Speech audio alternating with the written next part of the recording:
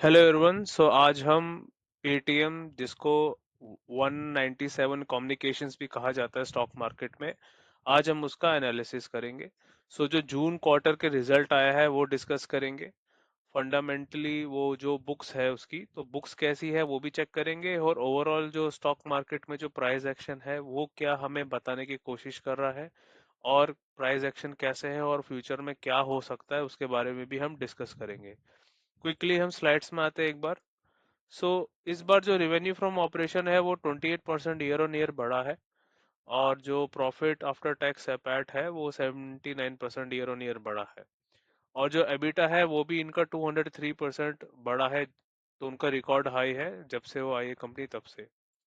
Now अब हम की हाइलाइट्स की अगर बात करें तो मर्चेंट पेमेंट्स जो बिजनेस है इनका, वो काफी स्टेडीली बढ़ा है। उनको काफी ग्रोथ मिला है सब्सक्रिप्शन का वजह से, और जो उनका पेमेंट डिवाइसेस साउंड बॉक्स वाला सब्सक्रिप्शन है उसकी वजह से उनको काफी एक ग्रोथ मिला है। Financial service revenue improve. उनका जो लोन डिस्ट्रीब्यूशन है, इंश्योरेंस है, वेल्थ मैनेजमेंट है, उस जो वो उनका मार्केट जो उनका बिजनेस का वो वाला सेगमेंट पार्ट है, इनमें भी उनको काफी अच्छी इम्प्रूवमेंट आई है। This has driven the growth to the company in to the revenues। जो कंपनी है they are continuing investing into the AI powered payment infrastructure और मर्चेंट सोल्यूशन। तो वो अपने फिनटेक इकोसिस्टम को स्ट्रेंथन करने के लिए एआई में इन्वेस्ट कर रहे हैं, और they are looking into merchant solutions. That means कि they want to better the business का जो लेआउट है, जो बिजनेस की वर्किंग है उसको और वो बेटर करने की कोशिश कर रहे हैं। एक न्यूज ये है कि बोर्ड ने डिसाइड किया है they will not going to proceed with the proposed bonus share issue. इस बार वो प्रोसीड नहीं करेंगे बोनस शेयर इशू के लिए।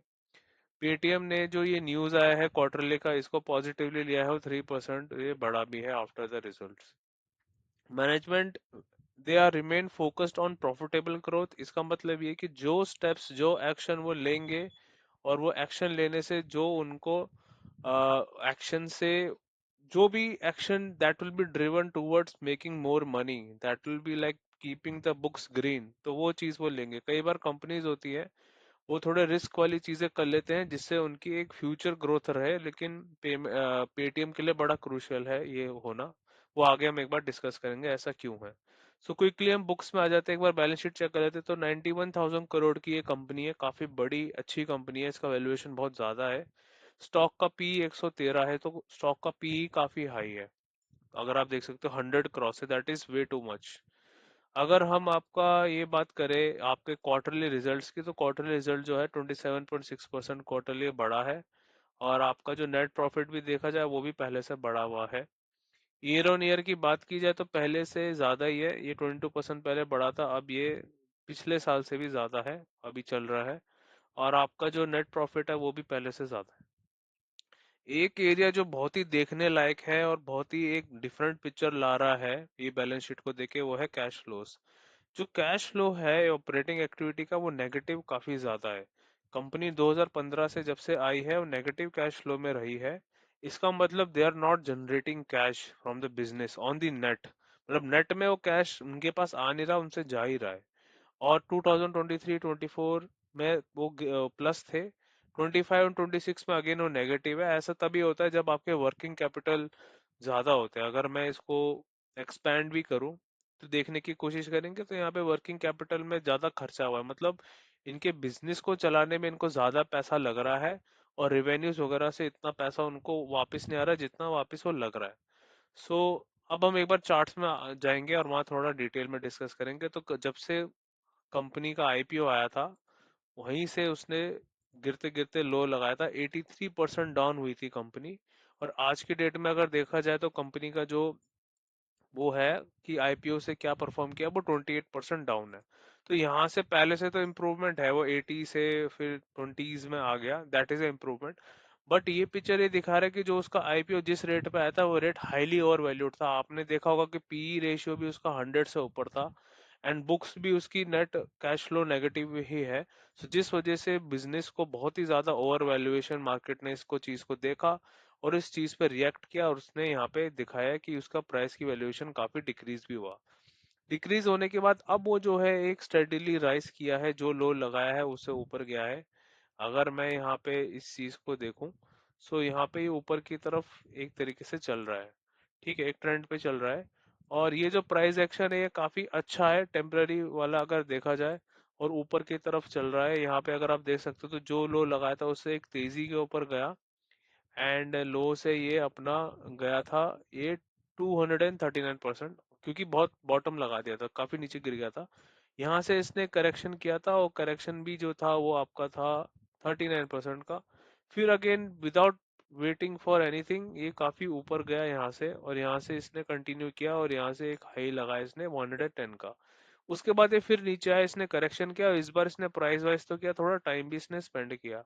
नाउ अब जब इसने टाइम स्पेंड किया है तो अब ये वापस कंटिन्यू कर रहा है ऊपर जाने के लिए। एक बार मैं टाइम फ्रेम चेंज भी कर देता हूँ। तो यहाँ से अब ये ऊपर जा रहा है, यहाँ पे एक बार इस जोन पे रुक गया था, यहाँ से चलना शुरू हुआ, ये हायर हाई यहाँ से लगाना शुरू किया, मतलब रीसेंट हाइस के लिए। और यहाँ से करते करते इस जोन से ये रुकना शुरू हो गया, तो यहाँ से रुकते रुकते रुकते यहाँ पे इसने लो लगाया। अब लो लगाने के बाद ऐसा दिख रहा है, जो इसका ये वाला आपका जोन है, ये वाला जोन जो है लो लगाने के बाद, ये वाला जोन यहाँ से एक तरीके से ब्रेकआउट सा हुआ है, इस जोन को काटा है।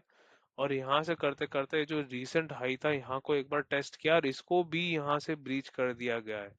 सो ये एक ऐसा प्राइस एक्शन है जो दिखा रहा है कि उसका इंटरेस्ट है कि वो अब हायर हाई के लिए जा रहा है, वो ऊपर की तरफ निकल रहा है। और यहाँ पे अगर वो नीचे भी आता है और इसको एज अ सपोर्ट लेता है, तो हो सकता है सपोर्ट लेके भी वो अपने जो आईपीओ का जो रेट था उस रेट के पास से वापस आए, और वहां से हो सकता है कंटिन्यू ग्रोथ रखे। मुझे ऐसा लगता है कि फंडामेंटली जो कंपनी को है कैश फ्लो पॉजिटिव होना ही पड़ेगा। They have to find the solution, इसलिए जो मैनेजमेंट है वो ये चाह रहा था कि वो अपना जो भी मनी मेकिंग जो है उस चीज पे ज्यादा ध्यान दे, क्योंकि यही चीज है जो इनकी वैल्यूएशन को बढ़ाएगा। अभी जो प्रॉफिट्स हुए हैं, जो क्वार्टरली रिजल्ट आया है, उस वजह से मार्केट ने पॉजिटिव ग्रोथ दी है। जो लो लगाया था उससे अब वो उसने बिल्कुल भी टाइम वेस्ट नहीं किया, और यहाँ से सीधा वो ऊपर जाने का जर्नी उसने कंटिन्यू कर दी। अभी जो स्टॉक है वो एकदम बेयर फेज में है, क्योंकि जब से लिस्ट हुआ है तब से वो नीचे ही है। लेकिन अभी का जो ग्रोथ है वो अच्छा लग रहा है, वो अच्छा दिख रहा है, ऊपर की तरफ चल रहा है। देखते हैं आने वाले क्वार्टर में कैसा रिजल्ट रहेगा। अगर रिजल्ट पॉजिटिव रहेगा तो आई बिलीव कि यहाँ ये प्राइस एक्शन और भी अच्छा देखने को मिल सकता है। तो देखते हैं कि कंपनी कैसा टर्न अराउंड करते हैं अपने बिजनेस को, और क्या ये अपने आईपीओ के आसपास पहुंचेगा, और उस आईपीओ के आसपास पहुंचने के बाद क्या ये एक नई जर्नी कंटिन्यू करेगा, क्या ये अपने बुल फेज में वापस आएगा। सो देखते हैं नेक्स्ट क्वार्टर में कैसे रिजल्ट आते हैं। So guys, this is it from my side, and I am see you in my next video. Thank you.